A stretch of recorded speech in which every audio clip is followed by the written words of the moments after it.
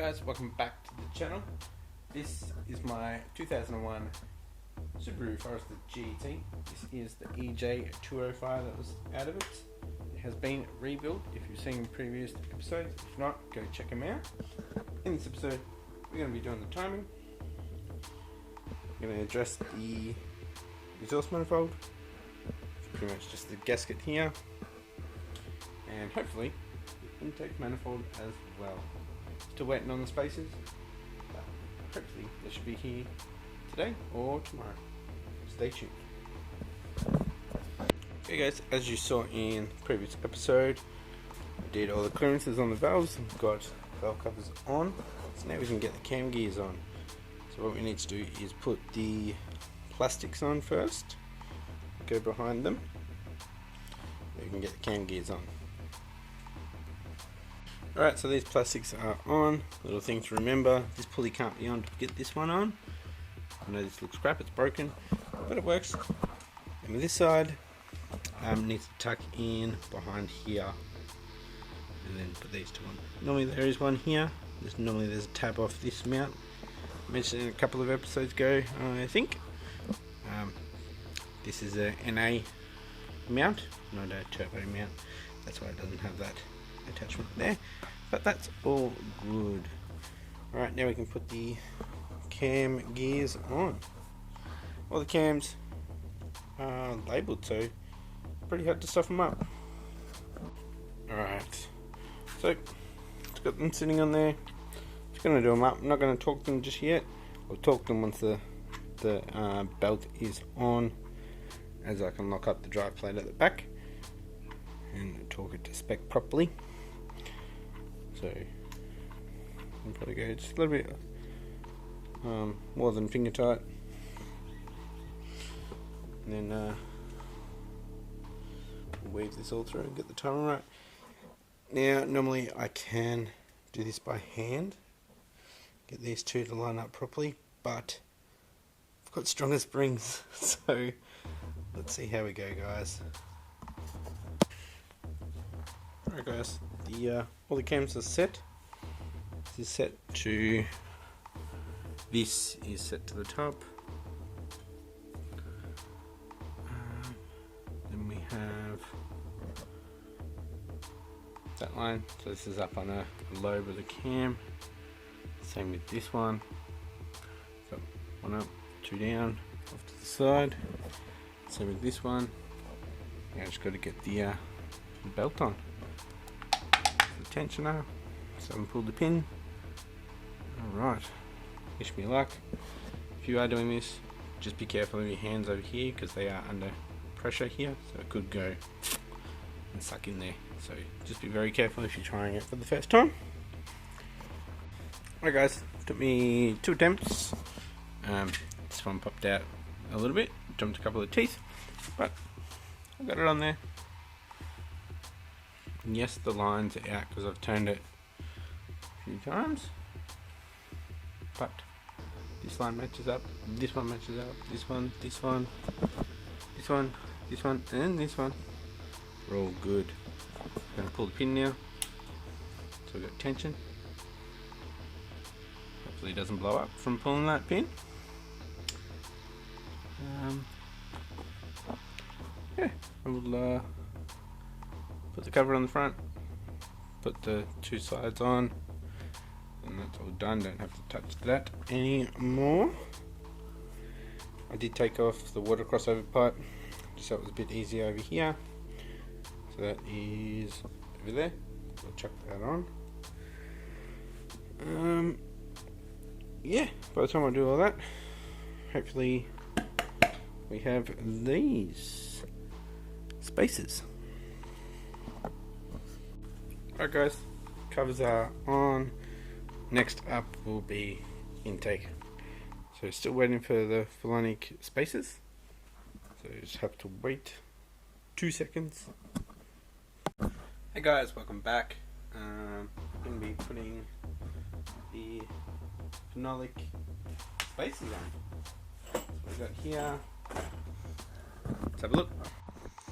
Alright, some of you guys would have already seen this if you follow me on Instagram. no, not Instagram, on Facebook. So Grimmspeed. Got another sticker. So they are 8mm spacers, and we've got the hardware too. So let's put them on. I'm going to be playing around with the intake today. I don't have much time. I've only got about an hour before I need to head back to work, so this is going to be all over the place, just with time, but all the intake stuff will be in this episode. Do still need to get a gasket here. I think I can pick one up locally. Yeah, probably going to trigger some of you on this episode as well. Yeah, that was recording. Yeah, with these spacers, guys, it's recommended that you use gaskets on both sides. So we've got the chromatic ones over here on the heads. I've got another set here on top of the spacers. Alright, just changed the gaskets around. The chromatic ones are on top. The other ones weren't as flat as the chromatic ones, so it makes it a bit easier to install. Yeah, we've got about 10mm now up. These are 8mm spacers. It's got a little bit more space for the intake to come through. That's what we're going to look at now. How good do those spacers look? So not only will they help with heat transfer, no heat transfer, they'll give us a little bit more room for the intake to come through. And a limiting factor with the intake coming through here is actually the hard lines for the fuel, these ones, and the wiring. They are bolted to here, and same with the hard lines.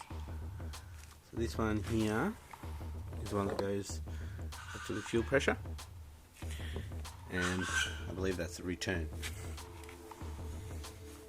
Let's check that. So that one goes around, and yeah, it's the middle one here, which is a return. So now we can get rid of that. So what we need to do is from there over. This one is the middle line, and it goes from rail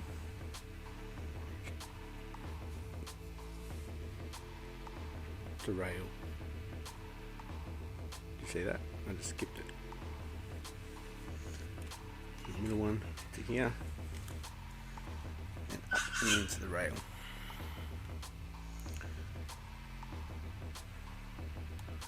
So what we can do is, I think it's run parallel. So we can split a hose from here and here and have it join into a Y from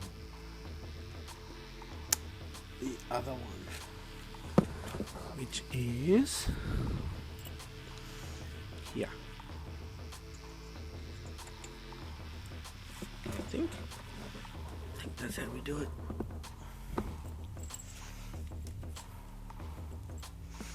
So do a little bit more research, and then this is just the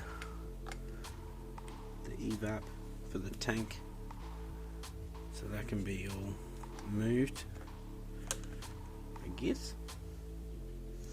But at the moment, guys, it's going to stay standard. The intake is going to be facing towards the back, as I would like to change it around while it's in the car. And I want to get it tuned first before I do any of that stuff. I know it sounds silly, but yeah. So what I might do is unbolt the hard lines, unbolt the wiring, and take this section off.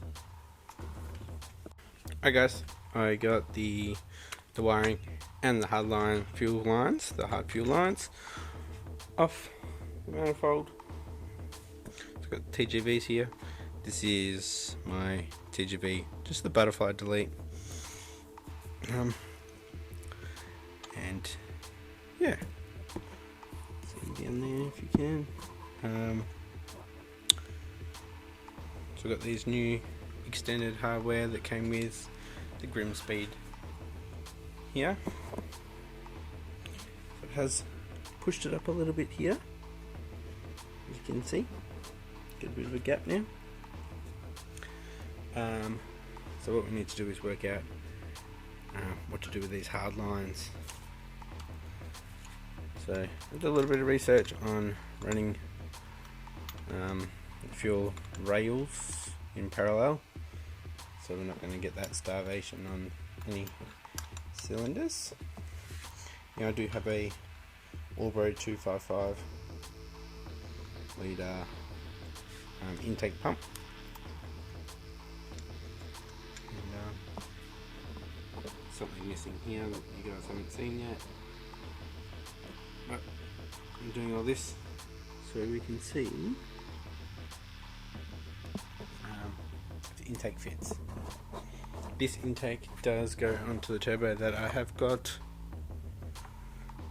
so I can get in there, but yeah, I want to get rid of these hard lines.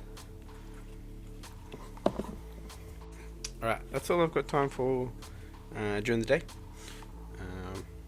Got an hour and a half break. A little bit later I'll go pick up some more fuel line, and I'm going to end up taking this gauge off so I can put another fitting in, so we can run parallel. So run this side into where that gauge is, and this is the return. The return will just come back. That way you can set it all a bit more flat. We can have a parallel system. I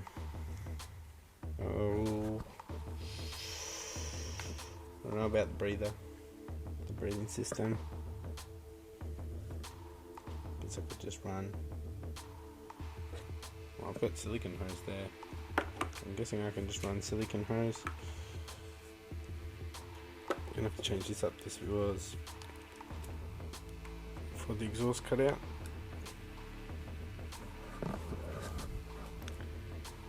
And yeah, just get the oil drain on there, water.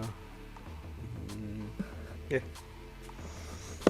I plugged in most of the electronic stuff so I can see where I can run stuff as well. Yep. Catch you soon. Alright guys, it's Friday night. I'm working on the fuel system. I'm hoping to get this back in the car over the weekend.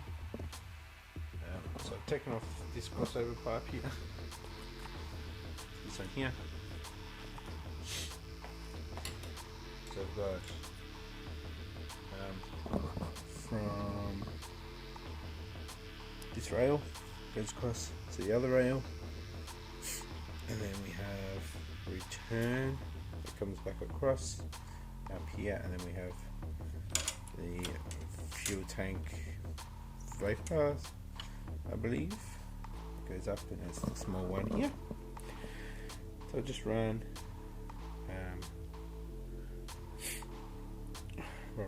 probably a high grade silicon that is returned, that one. So from here we'll have it going over that way. This is the feed, obviously, from the filter. So I've got all new fuel line. So you should be able to work this out. Seems pretty easy enough. Alright guys, I've done quite a bit off camera. Obviously I've got the intake back on. So I've got all these hoses off. So this one here is a feed. So the same as this one. These are both feeds. Got the fuel pressure regulator here. Comes off into a T. And this comes up to here. Goes down to here. They are pretty much the same length to that T. And up here, and then this is the return. That'll go into the engine bay. I'm just trying to work out the lengths of the actual feed. So we want to try to keep these as even as possible, or this is all just a waste. So what I might actually do is bring this around to the back.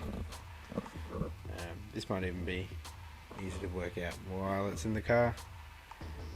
This is all the stuff that was underneath.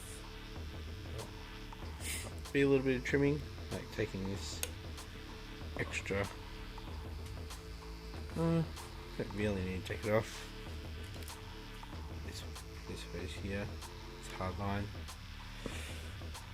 I'm going to take some of the water lines out too, so this has to come back off. So yeah, I'll probably loop this around, loop it around, and try to measure it from here on the rail to this one on the rail. This one has a hard line that goes all the way around the back and then back around to here. So yeah, that one has one that just goes up and over. So I'll bring that out towards here, bring this one around, might have them join pretty much on the firewall, and then bring it across to the filter. You guys probably can't even see.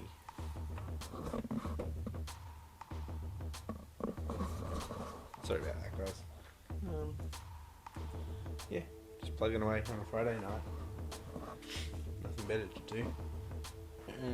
Pretty much sorted with the fuel. Obviously I need to put on all the clamps. So got this one here, goes down and around. If you don't know, my water reservoir sits out a little bit further, so that should be fine. I'll end up using this little one here for boost gauge as fuel pressure. I'll use the T that was the boost gauge, just goes down into there. Alright, so here's where the magic is. So what I did was I just connected the feeds from this side and this side, measured the hard line, and pretty much got the middle. There's the middle, T'd it, and that will go into fuel filter. It's in the engine bay, and pretty much did the same thing with the out. So from here up, in, and from here up into a T and up into the fuel pressure regulator, and that is off to yeah, back to the fuel tank. So what I'm going to do now is take it off. So take off fuel pressure regulator. Just these hoses here. Got to get the intake off. I'm going to sort out the water piping down here. I'm going to bypass some. So less hose hanging around. Do that bypass on the throttle body. With the water bypass, just going from this small one here and just come up. So there was a couple of other bits right here. So one that went up to the throttle body and this one went to the throttle body. It's done. I've got this hard line in, it's on, goes up. It's going to sit down a little bit lower because of the spacers. That's not good. I'm just going to have to put a longer hose on there. Which should probably be smart to do before the intake goes on. Yeah, just starting to put the clamps on the fuel lines. The intake is actually bolted down now. not actually going to, I know this should be bolted up here, but that lifts up the wiring quite a bit. I want to be able to get some decent size intake through there, so yeah, getting there guys. I'm going to finish this episode here. All the fuel lines are done. This one may need replacing just for a bit more length.